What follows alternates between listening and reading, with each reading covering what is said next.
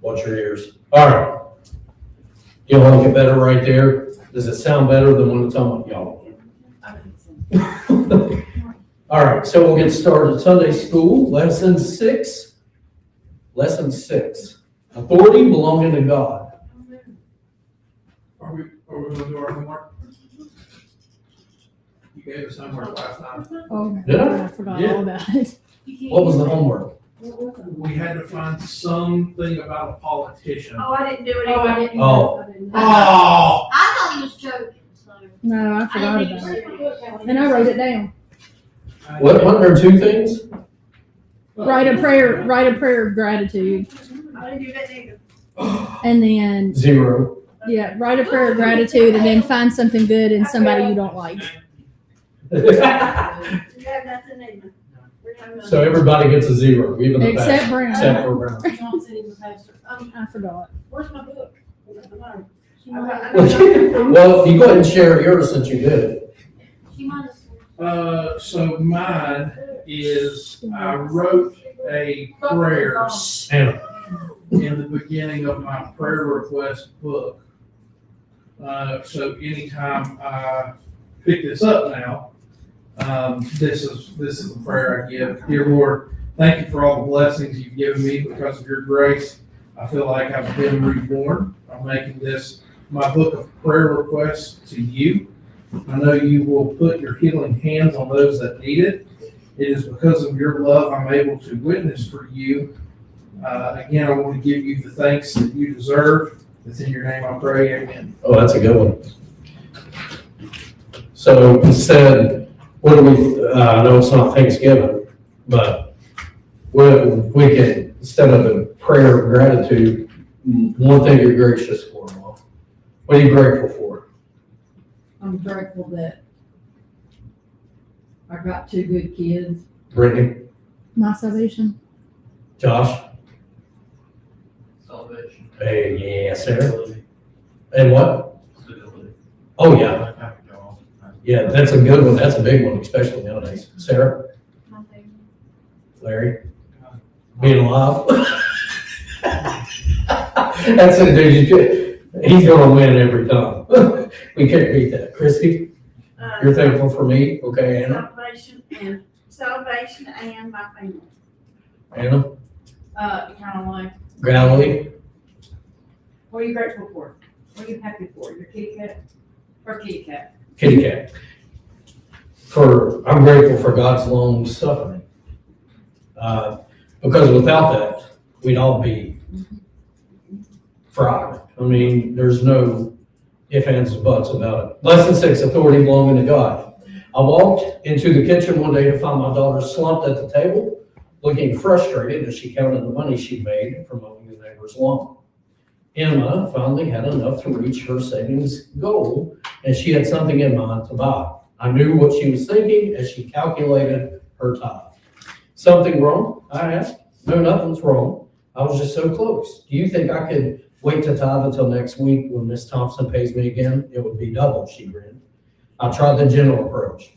You know, it doesn't ever get easier. I try to set aside money for giving first, so that way I don't have to think about it.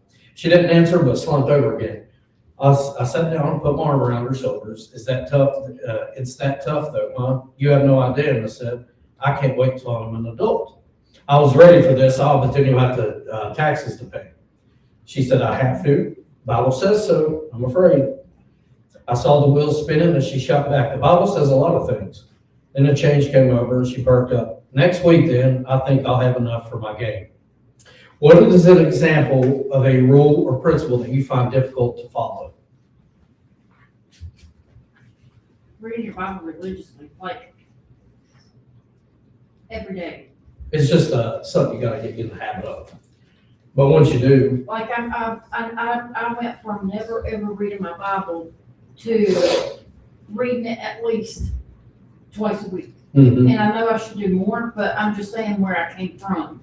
right. And I can do better. Yeah, oh yeah, you could shoot for 7 days a week. Yeah, you can, I mean, And because it only takes a few minutes. And then after a while, when you go without reading it, you'll feel bad. and tithing too is. Yeah. I mean, Well, everybody, there's issues with that, a lot of people with that. There's some people, there's no issue, but, money's, I mean, hard to I'm come by. definitely gonna start because Well- it makes me feel bad, and me and mom talks about Well, it. no, but that's what I've said to everybody is, everybody here is not gonna be able to give a bunch, right? But something's better than. We're small and we're poor, and we're able to get Brittany and I, because there's two of us working, right?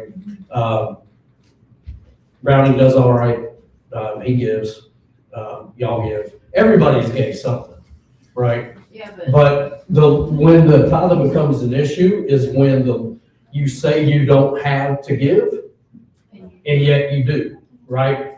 And we see what happens. What is an example in the Bible of that? Not giving, and then lying about what you gave.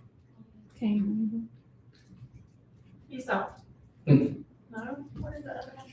When you go around and tell everybody, well, I don't have the money to tithe this time because of this, this, and this. Guess who knows? God, God. You can't lie to God. You can lie to everybody else, but you can't lie to God.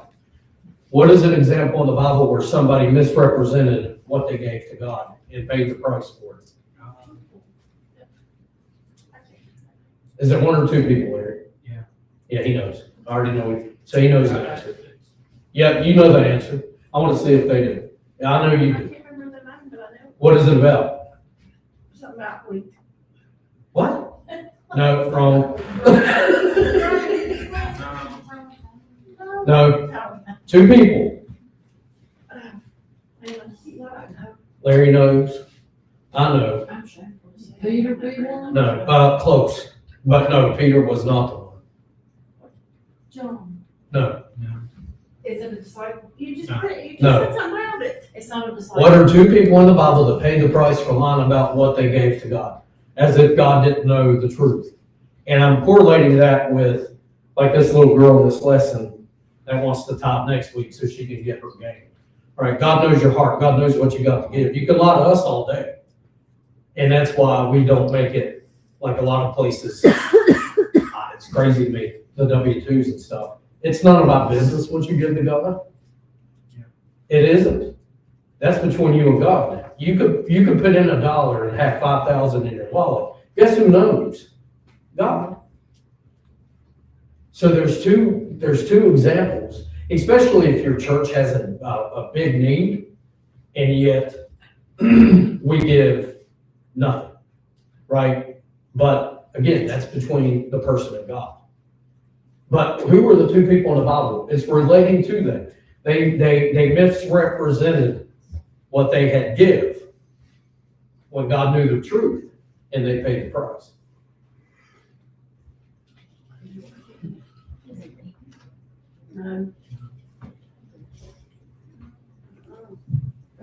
Mom, you want to take a stab at it? I don't know. I know I know what you're talking about, but I don't remember who it was. Okay, give me the situation. Man.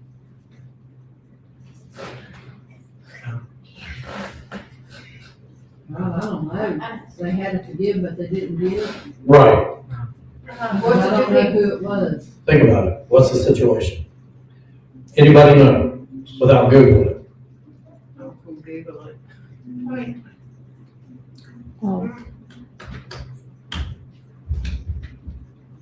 One starts with an A, the other starts with an S. Sarah, accurate. One starts with an A, no, Abel, no. Andrew. You want to just, Start off with- I'm you want to just start throw off your with- name in there too, Anna? Throw it off Adam? with- Start with an A. No. Shameful on me, I should know, because I should read my Bible and I do know. It's a pretty common story, that event. One name starts with an A, the other name starts with an S. They lied about what they gave to God. Was it Abraham? No.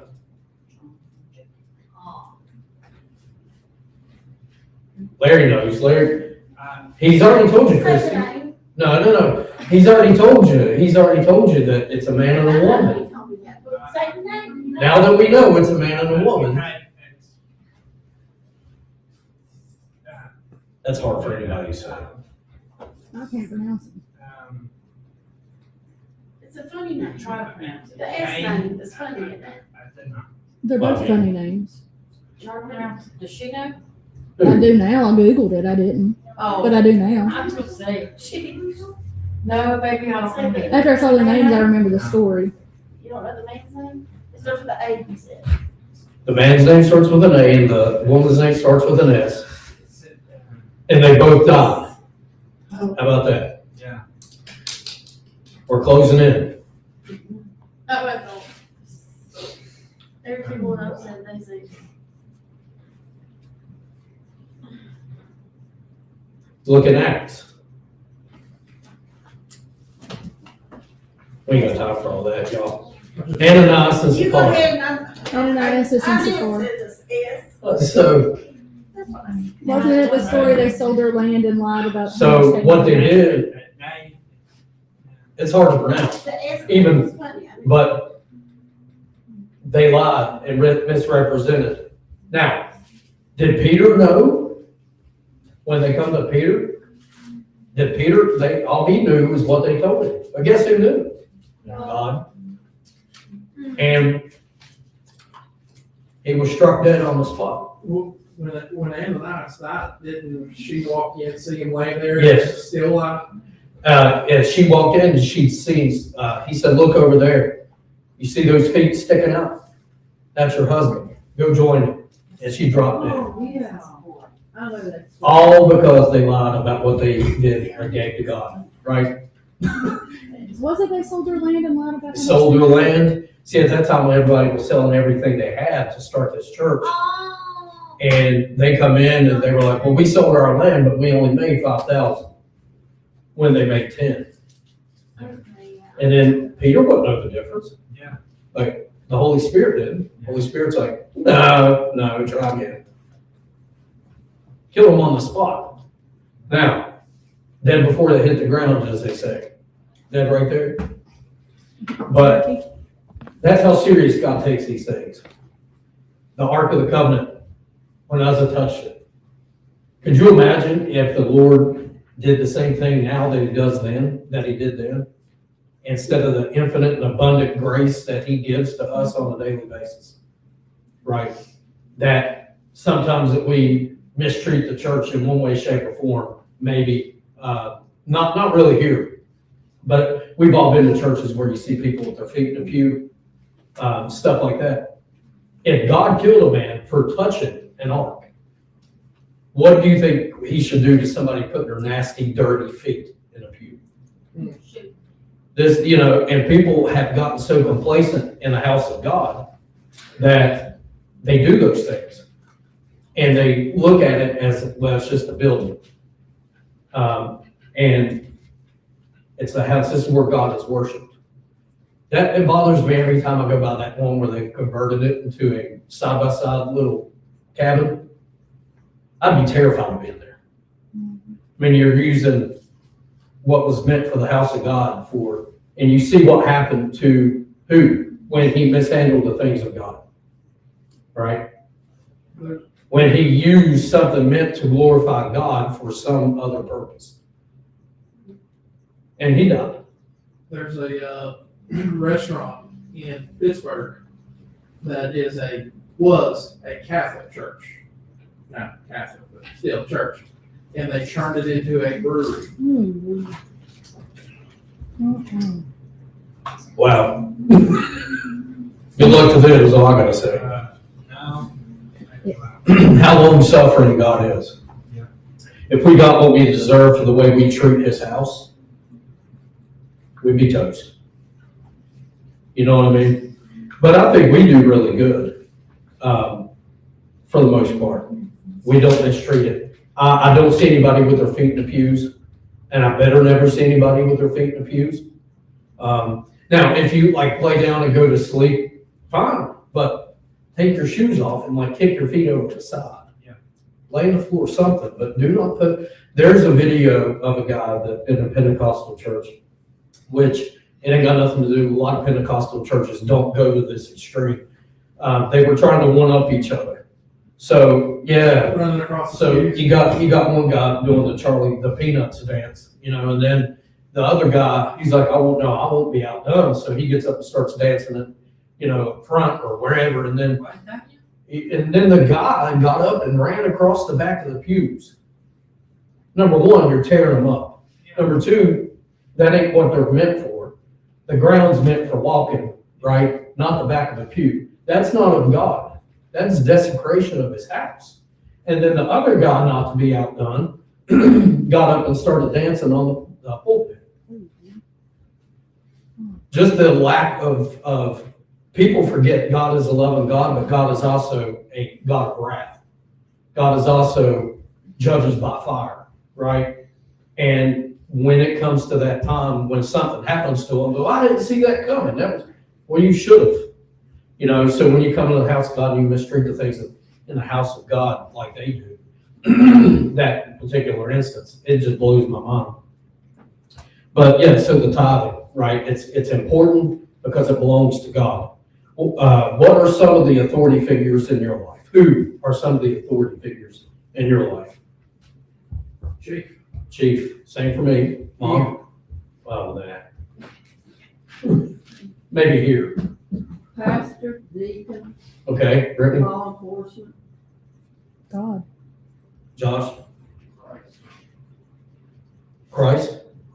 Yeah, absolutely. There's Kevin. Sarah, who's an authority figure in your life? God and my parents. Yeah, oh, mom and dad. Larry, who's an authority figure for you? Okay. God, God,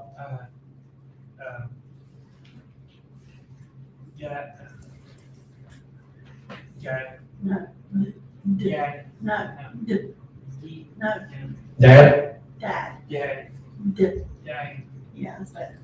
What about your mom? Is she an authority figure? Yeah. Yeah. The boss. Yeah.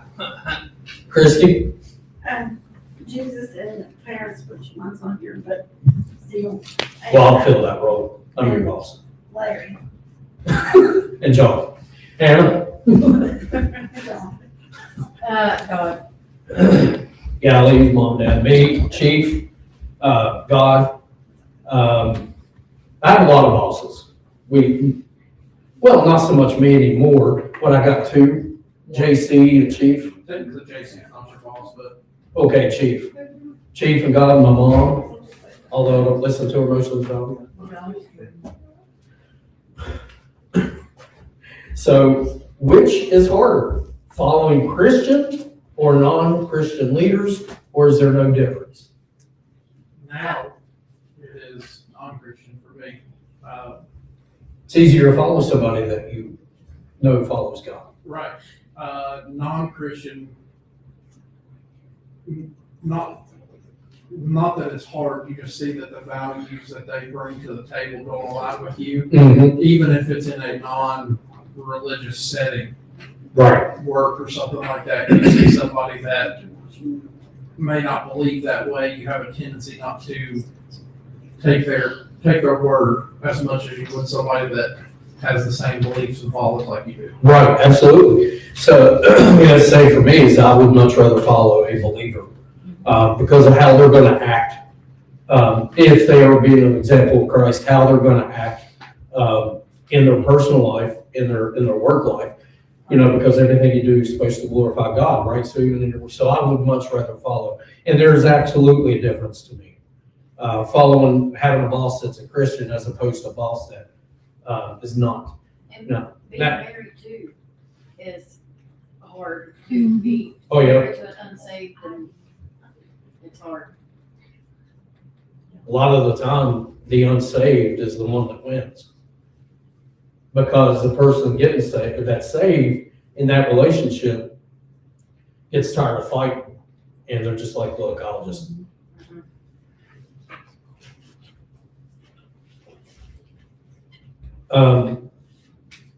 The text, Mark 12:17, Romans 13:1, 6-8.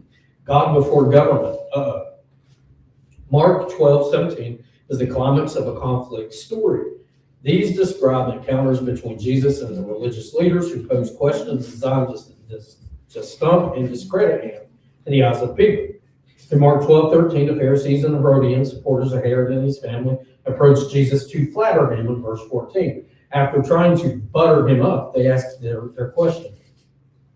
Is it right to pay imperial tax to Caesar or not? Verse 14.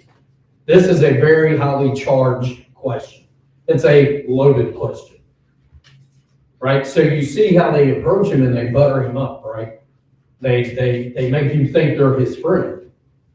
But then they ask him a question designed to damn him in front of Herod, or the Roman government. Because if Jesus would have said, no, we don't pay tax to the government, what would that have done to the Roman government? What would that have meant to the Roman government? He's leading a rebellion against the Roman government. He's refusing to pay taxes. They're trying to overthrow and gain their independence. And it would have made him a rebel, if you will. It would have made him a insurgent, if you will, right? And that's why they asked him that, hoping that's what he would say. But this is a highly charged question. In first century Judea, the imperial tax was paid only by subjects of the Roman Empire. Paying represented submission to the emperor. If Jesus advocates paying, it would make him look sympathetic to oppressive authorities. So either way he answered, he was wrong. They tried to ask him a question to trip him up. If he said, yeah, pay the tax, he's going to look like a sellout to the Jews, right? If he said, don't pay the tax, then he's going to look like an insurgent, usurper in the making, really, for the Roman government. So either way he answers, he's wrong. But I guess they forgot they were talking to Jesus. The Pharisees hoped to cast doubt on Jesus' status as a potential king and deliverer of Israel. But if he objects to the tax, the Herodians will label him a rebel who advocates disloyalty to the empire. Jesus recognizes the trap and asks him for a coin. Now, of all things, he asked him for, right, the coin.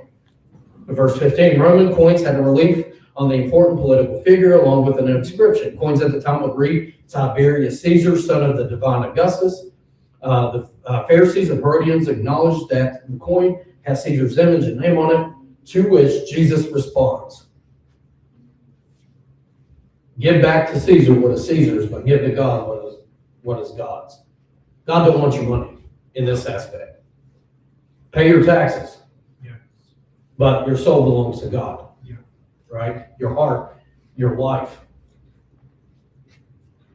The response may seem like a deflection, but the answer reflects a deep insight about how believers should relate to their government. Roman propaganda claimed that the emperor descended from the gods, that submission was obedience to the gods.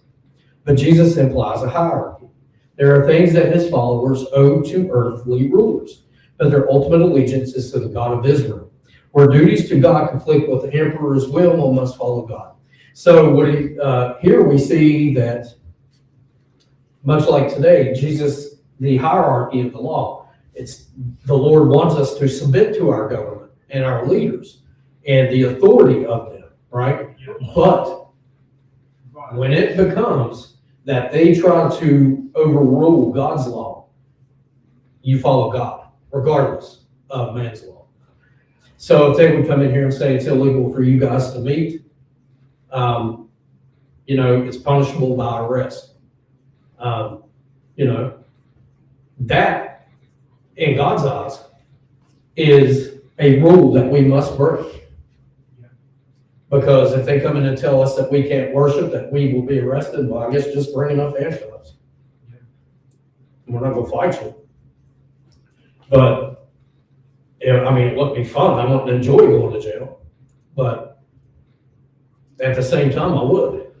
Because think of everybody that come before you that went to jail for the faith. But when it becomes man's law tries to intervene in God's law, you follow God regardless. Doesn't matter the implications. Doesn't matter going to prison, going to jail. You follow God regardless. Jesus' teaching provides a context for Romans in 13:1-8. Paul encourages believers to submit to authorities. They have been established by God. This does not endorse every politician's actions, but it acknowledges that God is really in charge. God instituted civil authorities which is why they are God's servants, which is what, like law enforcement, the children of God, the peacemakers.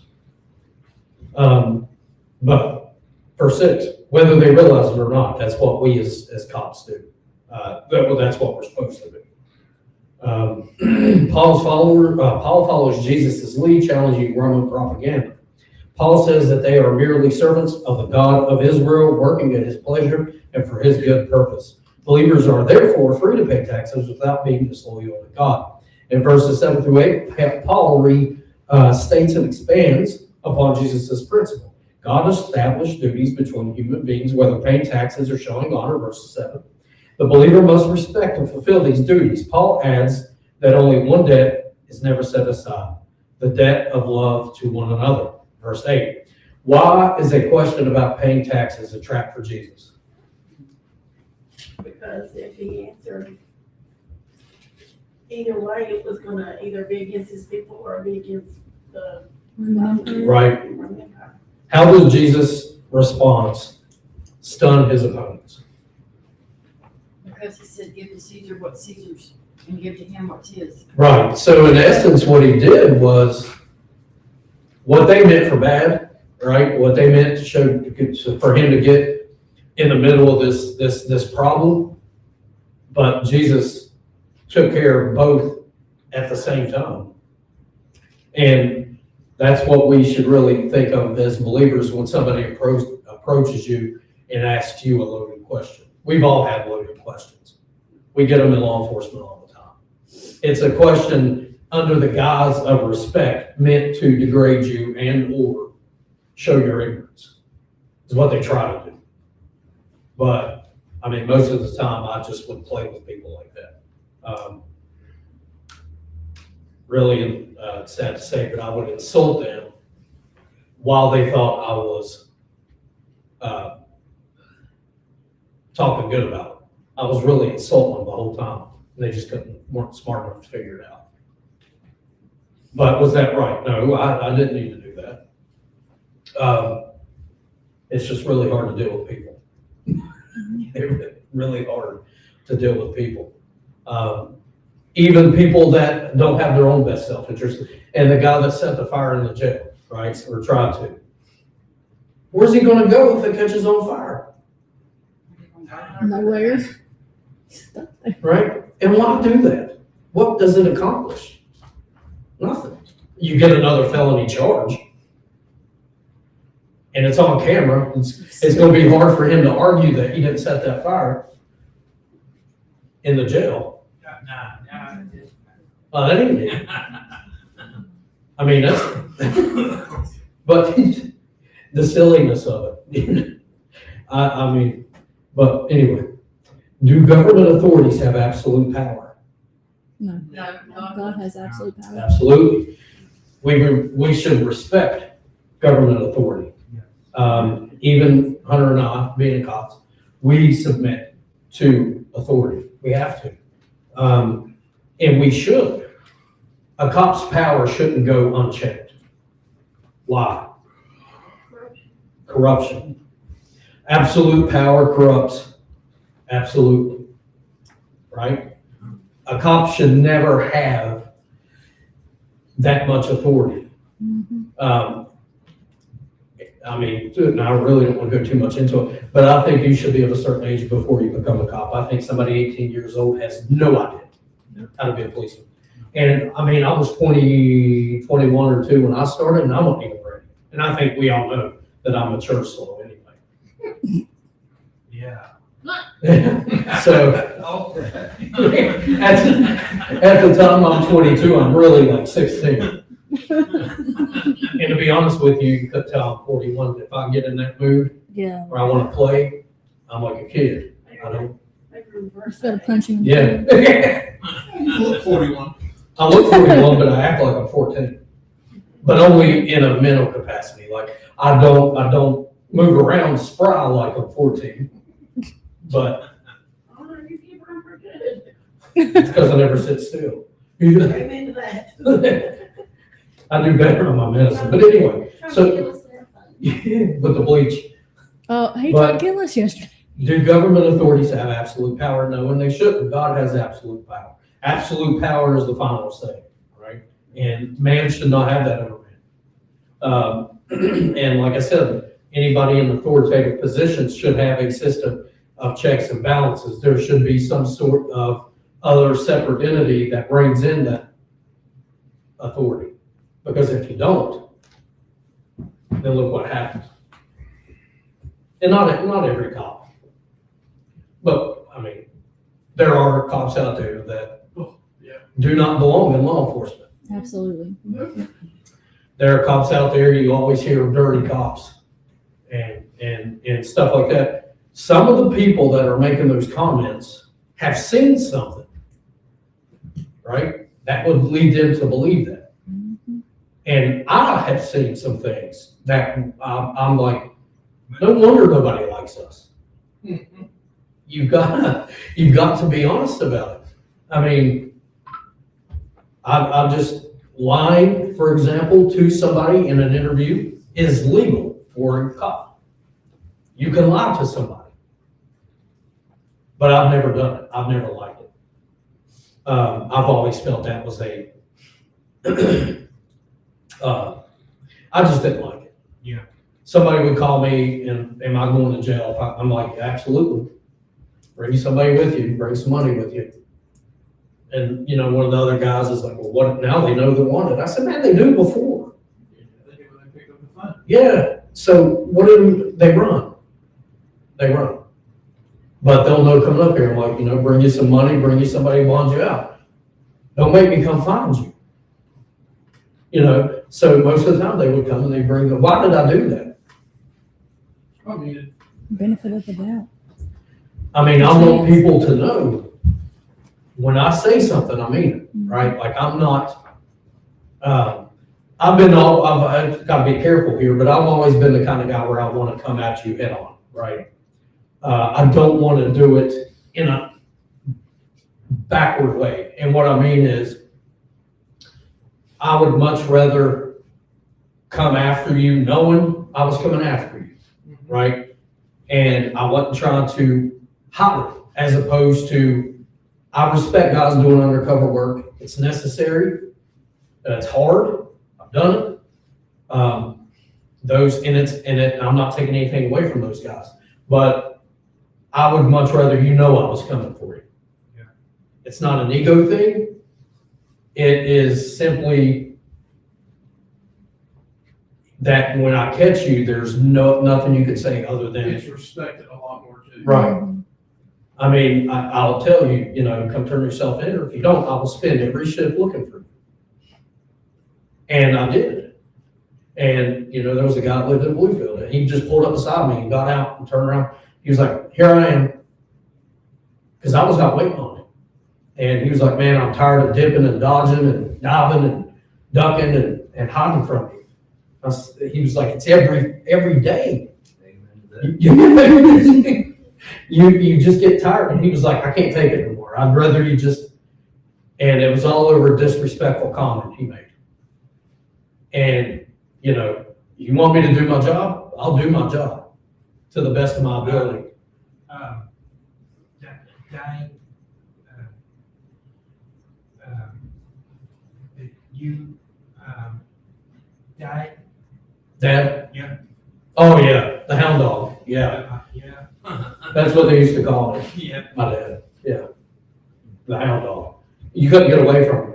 People would turn themselves in just because they knew he was looking for them. Yeah. And believe me, I know why. Could you imagine growing up with that? Like, I mean, well, we had to. But I skipped school. There he is. I'd have a note laying in my car. Do you remember that? In my seat. Don't know how he got my car. I had a note in my seat that said your butt's in the sling when you get home. Yeah. Right? Oh. There was another time where I'm like, yeah, well, he's a cop in Virginia. So I'm gonna be smart. When I skip, I'm going to West Virginia. And me and my girlfriend at the time were coming down the road. And look, guess who's sitting right there watching me go by? And I'm like, That's just like when we were out. Oh, yeah. We had no business. Called us And he was again. right there. Like, he didn't even know we hid the car good. He didn't know where. I even tried to cover it with tree branches. And it still- We did, we tried to cover bushes and tree branches. And he still calls. He But was like he I pulled over. sometimes knew. I knew. I didn't even try. I pulled over. He comes up to the car. And he tells my girlfriend, he's like, call your dad, have him come get you. And then he tows my car, has my car towed. And then I go to get in his car and he's like, I'm like, well, what? He said, walk home. I'm like, what do you mean walk? This was all the way near Flowers Bakery. And maybe walk all the way home. And so, yeah, I mean, you couldn't, anyway.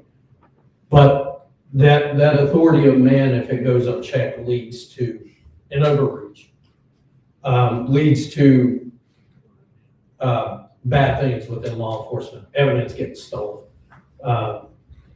people getting beat in handcuffs, stuff like that.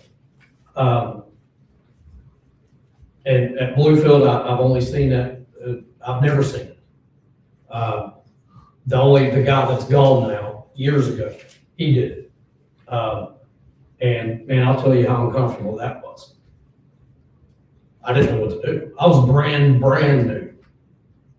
I didn't know what to do. So I went to one of the older guys and he was like, yeah, he's a piece of garbage. You don't do that. But anyway, he finally resigned, pending him getting in trouble. Should have been in trouble a long time ago. But that absolute power corrupts absolutely. The only one that it doesn't corrupt is God. The next verse is 1 Peter 2, 13 through 17.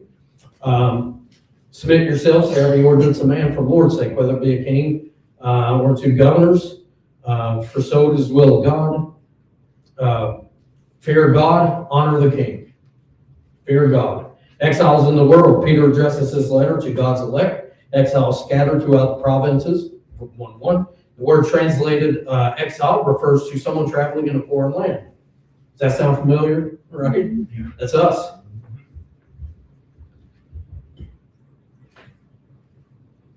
But Peter is using this word as a metaphor for his reader's spiritual position. Followers of Christ in the world. This world and its political systems are not our true home. Peter prepares his audience to live as foreigners in the world. On the one hand, they must protect their spiritual selves by resisting sexual temptation that wage war against their souls.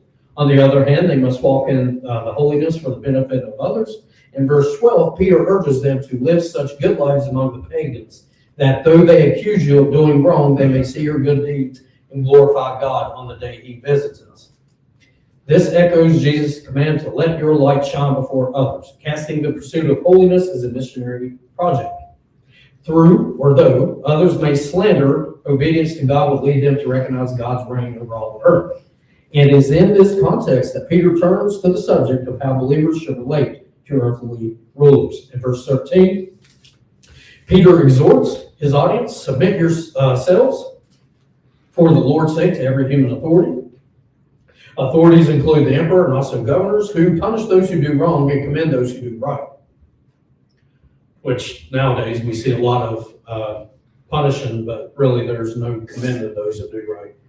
But anyway, Paul emphasized that God established authorities to enact justice, Romans 13, 3 through 4. Yet both apostles know that Roman authority frequently fell to task. Paul was unlawfully imprisoned at their hands, Acts 16:38, and the Roman Emperor Nero is thought to have executed both Paul and Peter for their devotion to Christ. Does anybody know about Nero? You need to look him up. So Nero was one of the most corrupt Roman rulers to ever exist. And half of Rome, or the majority of Rome, burnt in this gigantic fire. It was Nero's fault, the things that he was doing. Guess who he blamed it on? The Christians. So they went on this big, huge tirade and mission to kill all the Christians. And this is where Nero's garden that he would walk through was lighted by human candles. So imagine walking through Nero's garden, and this is where the term Roman candle comes from. They would dip the Israelite in pitch, like tar and stuff, and set him on fire. And put him up on a post. And that's what would light his gardens, is burning people. Now, the smell, Yeah, that you get that smell on your clothes, in your uniform, might as well get rid of it, it's never coming out. I mean, Not to mention the smell you never forget. it's, yeah. So imagine before they die, people just screaming. And during this, that's how evil they were. Nero's reign was awful. So if you look it up, he was the one that really, the lions, throwing Christians to the lions in the Colosseum, making them kill each other, making them kill their kids, making them, fight wild animals. He was complete evil, but you need to watch some documentaries on Nero. He's terrible. Peter offers an additional reason for obedience. God wants them to silence the ignorant talk of foolish people by doing good. The ignorant talk includes false accusations against Christ's followers. The good that Peter expects may be mere obedience to the law, or it could also mean public acts of charity. It suggests that generosity and commitment to the public good will show others that prejudice against Christ's followers are unfounded. So live in such a way that if they go and they say, okay, Christy, you, like people are spreading rumors about you, but you're living in such a way that they're like, that can't be true. Right? That's what that means. That really, like with Christy, that would be like somebody coming and saying, Christy's mean to me, or Christy's mean like to him. And I immediately, even right now, I'm like, yeah, that's not true. That's never been true. Now, if they would come to you and say, John's mean to me, like, absolutely. You know what I mean? But I've had people, like, you'll have a handful of people say, well, Officer Murray steals dope, steals evidence, right? Everybody that heard that is like, yeah, that's false. There's no way. Because it wasn't happening. But if, they said Murray gets a little out there when it comes to, wanting to go out and look for fights, you can believe it. I'm not proud of that. It was what it was. Peter states that the underlying principle that should govern these accusations, verses 16 through 17, believers should live as people whom Christ has set free, using freedom to serve God rather than sinful desires. They owe respect to everyone and love to fellow believers. They owe honor to the emperor, but reverence to God. Why does Peter address his audience as exiles and foreigners? I bet Jesus followers has to be separated. Right, if you just read it in a previous paragraph. Let's see, hold on.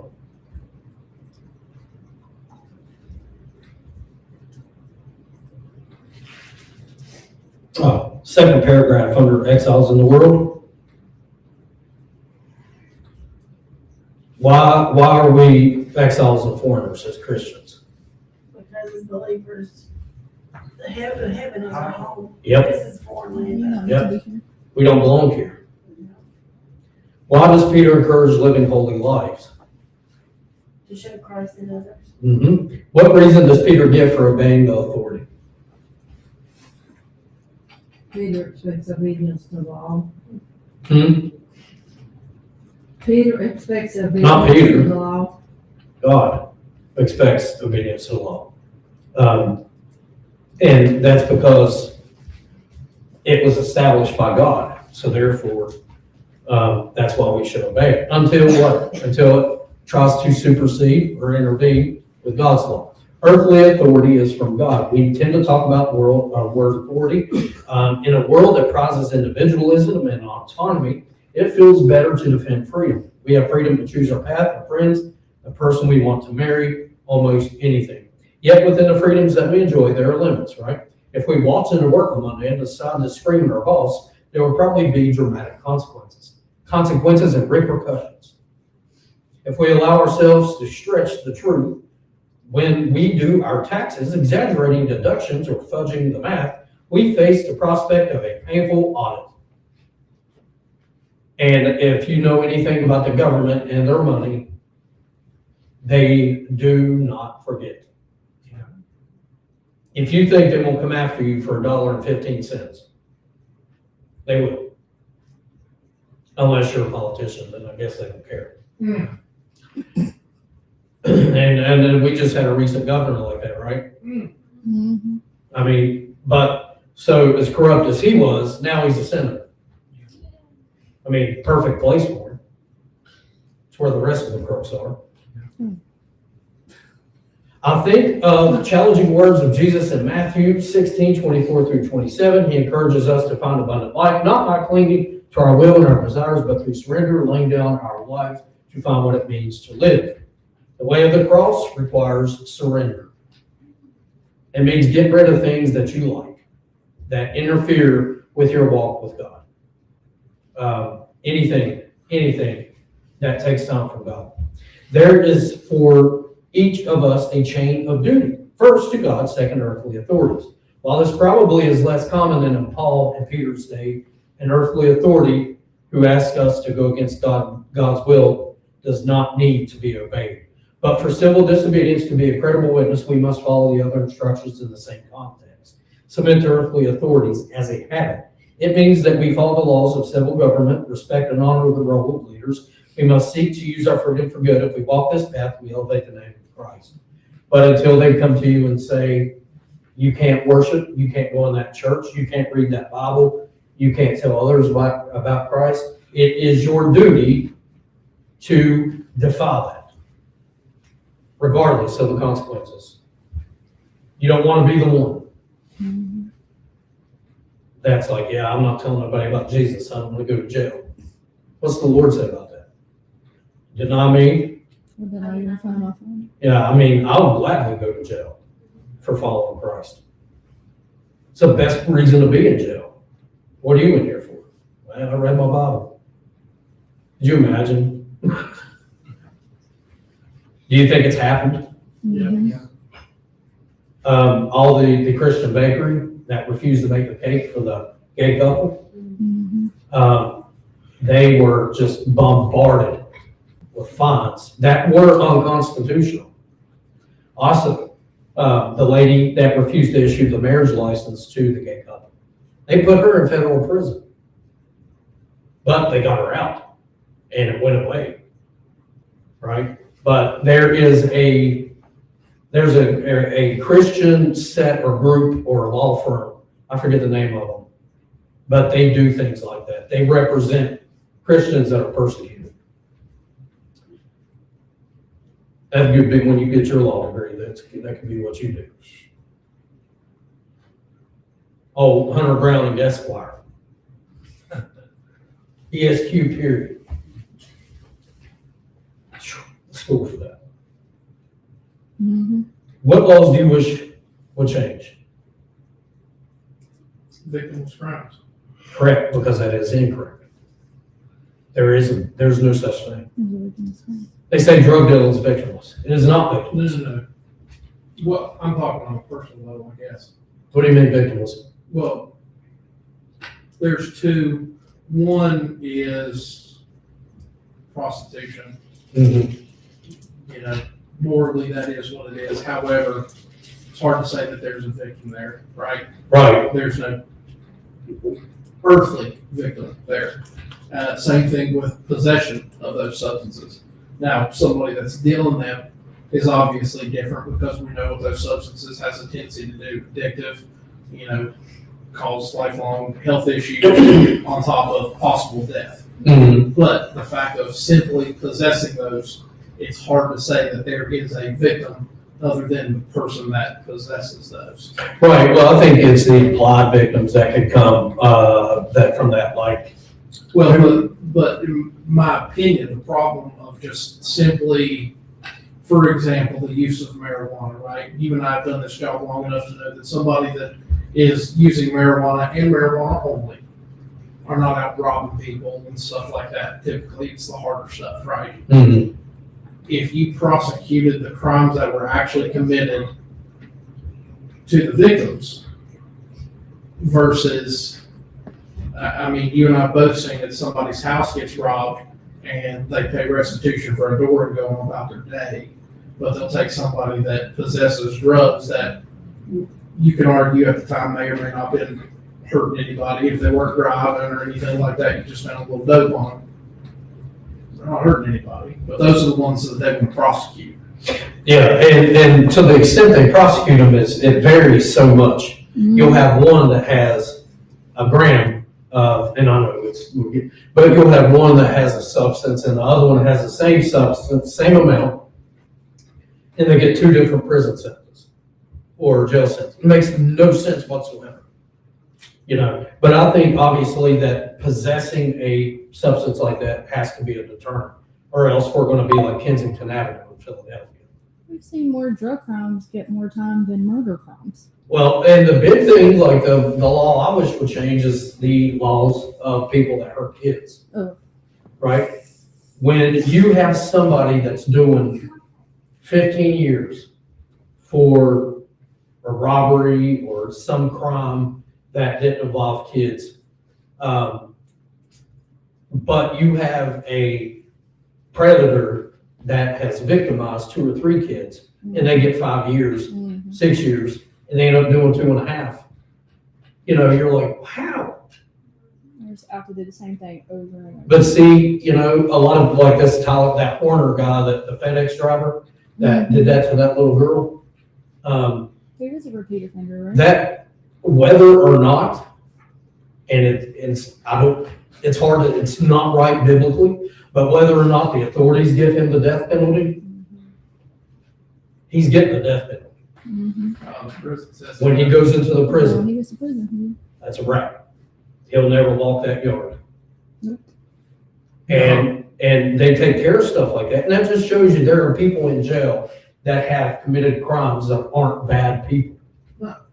Right? And they still, you beat up an old person, a woman, you know, or a kid, and you hurt, you do bad things to a kid, you get handled in jail. And you worked in a prison, and I worked in, and you know, they'll come over to you and they'll say, hey, this guy that just come over, Got bad paperwork. he's got bad papers, you got till the first move to get him out of here. And we're like, well, what do you mean? Well, he's gonna die. You wanna deal with that? So then I'd have to call over and I'm like, look, I'd go talk to the guy, he's like, I ain't going nowhere. And I'm like, yeah, okay. I bet you do. You're about to go meet Jesus. It's fine. And sure enough, they called shot callers. He walked over with him. And he said, sir, I want to go to check in. I'm like, yeah, that's what I thought. Because you could see them come across the compound and you pick them out because they look like what they are. And I'm like, yep, he'll be gone. He'll be gone. Sure enough, they come over with their little bag and they're like, I want to check in. I'm like, you better get to the lieutenant's office because I ain't dealing with all that. Because you got certain ones when they come and tell you it's detrimental to his health if he's here Oh, after chow. and it's the gospel. Especially in federal prison. It will happen. You check it, you can't check out. Yeah, Hotel California. yeah, you can't, some people, and that's what's gonna happen to him. He'll never walk a yard. He won't get the chance. No, unless they send him On that somewhere first shoe. that's like that. 'Cause They do have jails for Well, Pocahontas is, when I worked there, 75% sexual crimes. You know, they send incarcerated policemen to the same prisons. That's what Sanford is. Yeah, because of the threat level. Yeah. But, yeah, he'll never walk a yard. He'll be locked up 23 hours a day, Mhm. the rest of his life. Hmm. But unless they mess up or put him in the housing unit. What was that guy that, remember the karate instructor that kidnapped his kid? Yeah, man, shot him and and killed him in on the way to head the on airport. to the airport? Yeah, I got probation. Yeah, like 5 years probation. But anyway, so, yeah, that dude, so we see these laws that we wish they would be more equal. Like a DUI, I've seen people get like driving revoked for DUI. They're like 30 days in, the third time's a felony, and they'll do a year for driving. Yet I've seen people selling dope plead to probation. Makes absolutely no sense. Yeah. There was a guy that Again, I wish that's more strict laws. There was a guy in Bluefield, and if you looked at his house, it would be obvious. But, the first encounter I had with him was, when a neighbor on the next street it's kind of down, said, hey, this guy's got his camera pointed at my yard where my kids are. And he either moves it or we're gonna kill him.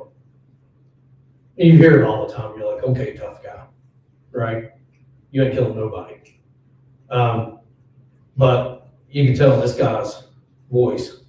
I'm like, how do you know it's pointed at? And he can't point it anywhere else. It's at his front door. Where's he gonna point it? Up in the sky? He said it wouldn't bother me if it wasn't for who he was. So I didn't know. So he pulled it up and showed me, and I'm like, wow.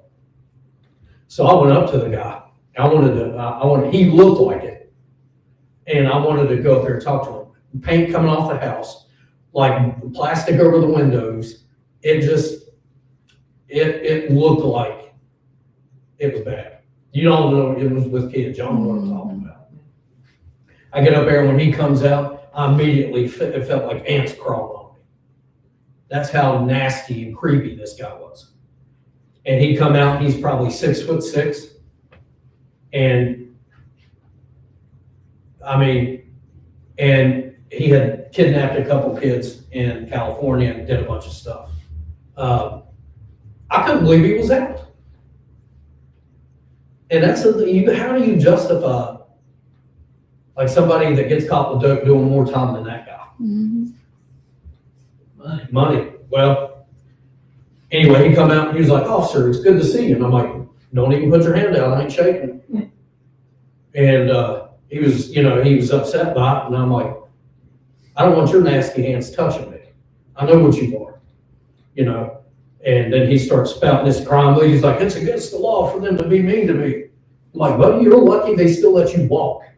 Turn that camera. And then I went down and I'm like, if you don't turn it, take care of it. Because you don't want that guy spying on your kids. Mm-mm. But he ended up dying. Not real long after that. But anyway, how do you show your primary allegiance to God? Church, Bible, the way you live, witnessing. Practice or for tax day. As citizens of the kingdom and exiles in this world, we're taught to respect the laws of government. It just so happens that the deadline to file taxes was already passed because we're a week behind. So hopefully you've already took care of that. You're in trouble. Whether you have already filed or not, you probably have never thought of this as an invitation to prayer and self-examination. What would it be like to say the words below? Father, I put before you a record of my taxes, calculated accurately and paid in full. Somehow it reminds me that my first allegiance is to you and the glory of your name. Therefore, if you are a Christian and you're cheating on your taxes, you're wrong, right? God said give to him what is his, whether we like it or not. Nobody likes paying taxes for your car every year. You're paying taxes on the taxes you pay. But we have to. Key text, and Jesus answering said unto them, render to Caesar the things that are Caesar's, and to God the things that are God's. And they marveled at him. And I'm going to read, I don't like to read this, and I'm only reading this for one reason. The NIV. Then Jesus said unto them, give back to Caesar what is Caesar's, and to God what is God. And they were amazed at him.